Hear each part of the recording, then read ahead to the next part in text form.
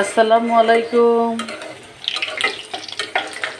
এইখানে এই যে মশলা কষানো হচ্ছে, এটা ছোলা বুট ভাজি করার জন্য। রমজানের মূল আকর্ষণ এবং প্রধান ইফতারি শক্তিশালী যে খাবারটা, সারাদিন রোজা রাখার পর আমরা যে খাবারটা খেয়ে থাকি সারাদিনের ক্লান্তি দূর করার জন্য।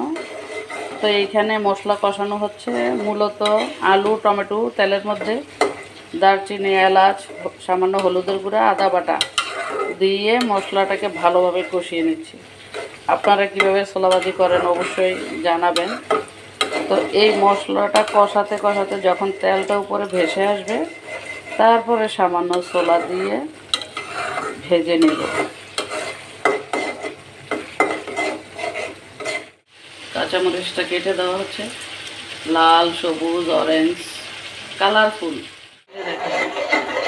দেখেছেন বাবুর্চির হাতে ঘুরানো, এটা কিন্তু একটা আর্ট।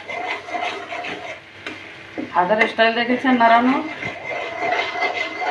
এইভাবে যত নাড়াতে পারবেন তত কিন্তু এমনি মজা হয়ে যাবে ছোলা।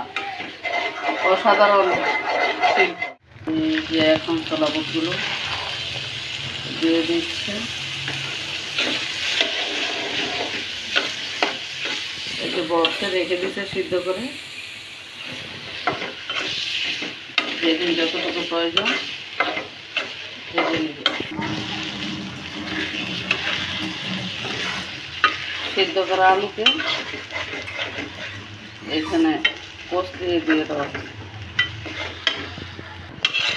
এই যে এটা শুধু হাতে নাড়াড়ি করে রাখা হচ্ছে। দেখেন কীভাবে খন্তা বাড়ি দিতে হয়, এটাও কিন্তু শিখে নেবেন। এটাও একটা আর্ট রাঁধুনির জন্য।